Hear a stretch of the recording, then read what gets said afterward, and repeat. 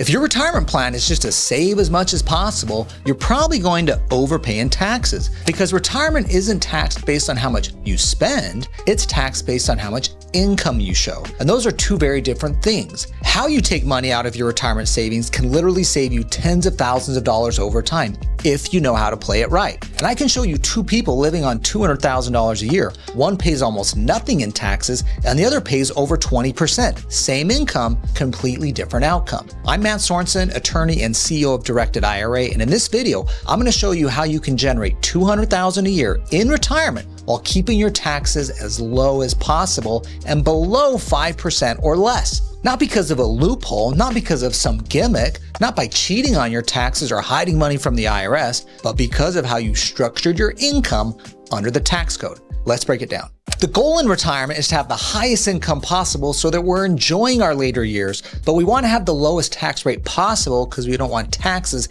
eating into our savings. But to achieve this, you need to understand taxes in retirement aren't based on how much you spend, they're based on how much taxable income you show. And those are two very different things. If you structure this correctly, you can live like you're making $200,000 a year and you will be living off of $200,000 a year. But to the IRS, you're going to be showing that you're making far less and you'll be paying far less tax than someone actually making $200,000. The foundation of this strategy is quite simple. You need tax-free buckets that you're going to draw on. Now, two of the most common ones that are vitally important is the Roth IRA and the HSA or health savings account. And here's why. The money coming out of your Roth IRA after age 59 and a half is coming out entirely tax-free. Also, the HSA distributions, which are for your current medical or prior year medical, is also coming out tax-free. These are your income sources that don't actually show up on your tax return. So how do you build them? Well, you're going to contribute to your Roth IRA every year. If you have a spouse, they're going to be doing the same thing. And if you're a high income earner and you've been told you can't do a Roth IRA, you do a backdoor Roth IRA and you get the same result. You'll also look at doing Roth conversions of traditional dollars that will be taxable in retirement.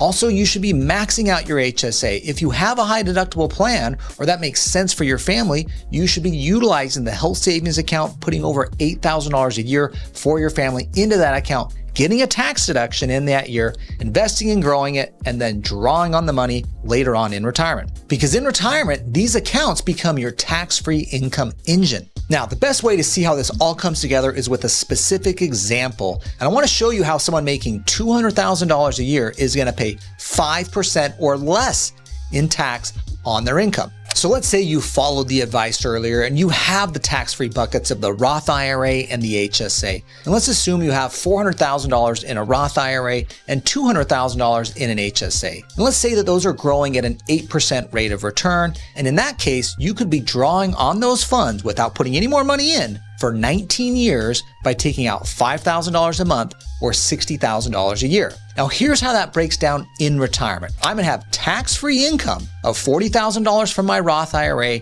$20,000 from the HSA for $60,000. Now, I'm going to show you how you're going to have another $140,000 that's taxable here. So let's go through what common buckets of money you might have in retirement that total another $140,000. You might be taking money from a traditional 401k of $30K. You might have Social Security of $30,000. Your spouse might have Social Security of $30,000. Your spouse might have a part-time job making $30,000 a year. Maybe you're making $20,000 a year. This would total up to $140,000 of taxable income. Now remember, we have the $60,000 of non-taxable, so we're really living off of $200,000 of income a year. But remember, here's the key.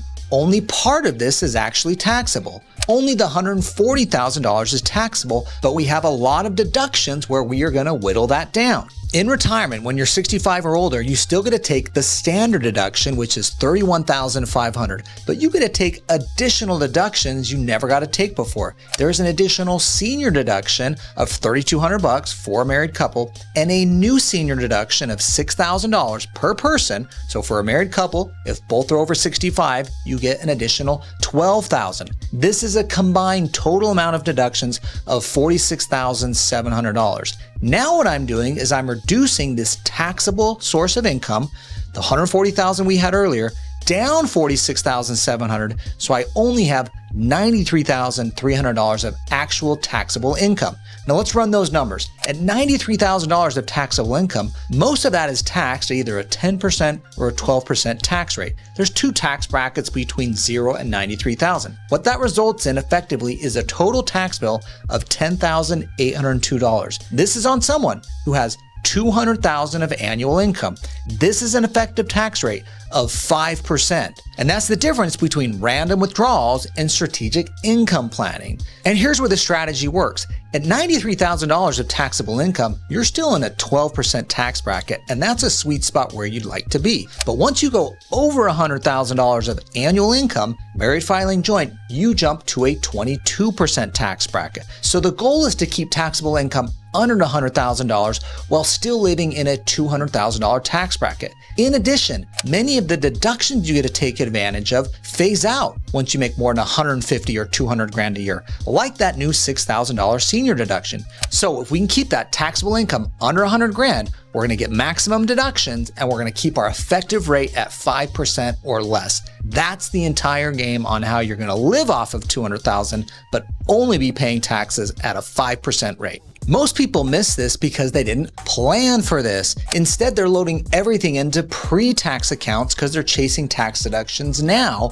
but they're leaving taxable distributions that eat into their retirement savings later. And as you're drawing on those taxable accounts, you're bumping yourself up into 20 and 30% tax brackets in retirement where every penny needs to be stretched further. And they're not doing this necessarily because they had to, they're doing this because they didn't structure it properly. I want to give a little bonus tip because I've seen this be a beneficial thing that helps many people in retirement, and that is the ability to reduce your need for income in retirement. Well, how do I reduce my need for income in retirement? You take away expenses that you will not have to have in retirement. The number one expense many Americans have is their mortgage payment. So if you can be focused on paying off your home, making sure you've paid off high interest consumer debt, you will enter retirement without those large obligations. This means you can live off of less income retirement because you have less expenses to bear. That means you can be optimized in the income you're taking from your traditional accounts that are taxable while preserving your tax-free buckets like your Roth IRA and your traditional IRA